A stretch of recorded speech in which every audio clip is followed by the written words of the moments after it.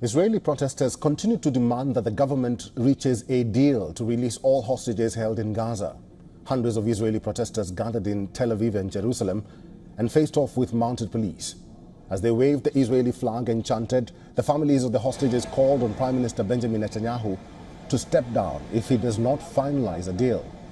They criticized the government's handling of the conflict, including the war with Hamas in Gaza and the increasing tension with Hezbollah in Lebanon. There is a hostage release deal on the table, and Netanyahu is deliberately conducting a targeted attack against it. We chose to escalate the situation instead of securing, he chose, sorry, to escalate the situation instead of securing a deal which would save lives and prevent dangerous escalations. Netanyahu is a cruel, heartless man who has forsaken the hostages. A high-level Israeli delegation made a brief visit to Cairo on Saturday in an attempt to resume Gaza ceasefire negotiations. According to Israeli media, the officials returned to Israel hours later. Israel's security chiefs have urged Netanyahu to utilize the momentum provided by the strikes on terror chiefs to seize the opportunity for a hostage ceasefire deal. This was at a top-level security meeting this week. According to reports, the Prime Minister slapped them down and told them they were lousy negotiators. Some of the security chiefs, in fact, feel that Netanyahu has given up on the hostages and they are set to be fired by the Israeli government. As per reports, the firing of Defense Minister Yoav Gallant is not a matter of if, but when. Those talks have been ongoing for many months without results. And while leaders, including U.S. President Joe Biden, have opined that Netanyahu has been intentionally stalling for internal political reasons. According to media reports, during their phone conversation on Thursday, Biden realized that Netanyahu lied to him about the deal and used strong words against the Israeli Prime Minister. Reports say the outburst came after Netanyahu told Biden that Israel was moving forward with negotiations with Hamas and would soon send a delegation to resume talks. During the conversation, Biden also reportedly said, "Don't take the president for granted."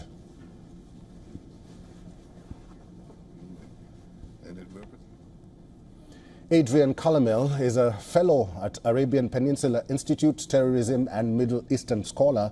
He's the author of forthcoming book on Hezbollah. Mr. Calamel, thank you very much for joining us at this hour, and thank you very much for making time for us. Why was it important for the U.S. to send a delegation to Iran for talks, even after Iranian Supreme Leader Khamenei issued a warning to Israel? That's a great question, and thank you for having me. There's obviously been a lot of messaging going on between the Islamic Republic and the Biden administration. And it all comes back to this whole conflict. When we saw October 7th happen, there were people that tried to distance Hamas from the Islamic Republic. This was them acting on their own free will, and then they have agency. When we talk about the hostage deal and Netanyahu not agreeing to a hostage deal and them continually rebuffing it, we have to remember that Hamas has rejected multiple hostage deals. And at the end of the day, the Islamic Republic probably is the one who has the leverage, the one who is calling the shots, saying, "Do we accept? Here's the deal we put forward. We'll see if they accept it." So that's why they're having discussions with the Islamic Republic, is because they think that by appeasing the regime, by talking to them, they can de-escalate the situation. When I view the situation as Tehran has been reading American weakness here and U.S. weakness, and the U.S. pulling away the multiple leaks and constant leaks coming out of the Biden administration, telling them that they're not going to ship things, telling them to stall. All the things that have come out have the Islamic Republic has read, Khamenei has read, and they see that they can press their, take the fight to Israel, which is the wrong message that the United States should be sending. The United States should be sending a message to the Islamic Republic that, listen, This has got to end, and it's got to end now. Israel has our full support. Don't go before the press and say that we have an ironclad relationship with Israel. Show it. Start sending in the resources that are necessary and make the right messages. Send the right messages. Mr. Calamel, let's talk about the conflict in Gaza then. Israeli Prime Minister Benjamin Netanyahu has reportedly sent a delegation team to Cairo to proceed with the truce talks, which many critics, including countries involved, Qatar, say the negotiations are in jeopardy. Do you agree with them? Yes, I do. I mean, it's Qatar. So when we look at Qatar, we have to remember that that's Hamas's number one sponsor. So whatever they're going to say is going to be duplicitous and not really be straightforward. At the end of the day, it's Hamas that has the hostages. They have the leverage, and I don't see them ever. It's not Israel agreeing to ceasefire agreements. It's Hamas agreeing to return the hostages. If this had been done 10 months ago, this would all be over with. It's that simple. Mr. Calamel, President Joe Biden expressed his discontent with continued escalation by Israeli Prime Minister Benjamin Netanyahu, even telling him to respect the presidency of the United States. How is this going to play out in the long run, the relationship between Israel and the leadership in the U.S.?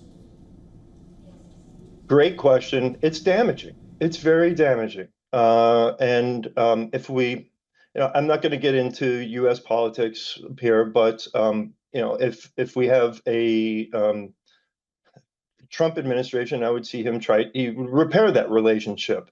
With Kamala Harris, her national security advisor, Philip Gordon, he's not a friend of Israel. He's a friend of the Islamic Republic. And I don't see things going well. And that relationship will continue to deteriorate over another 4 years under Democrat leadership, I believe.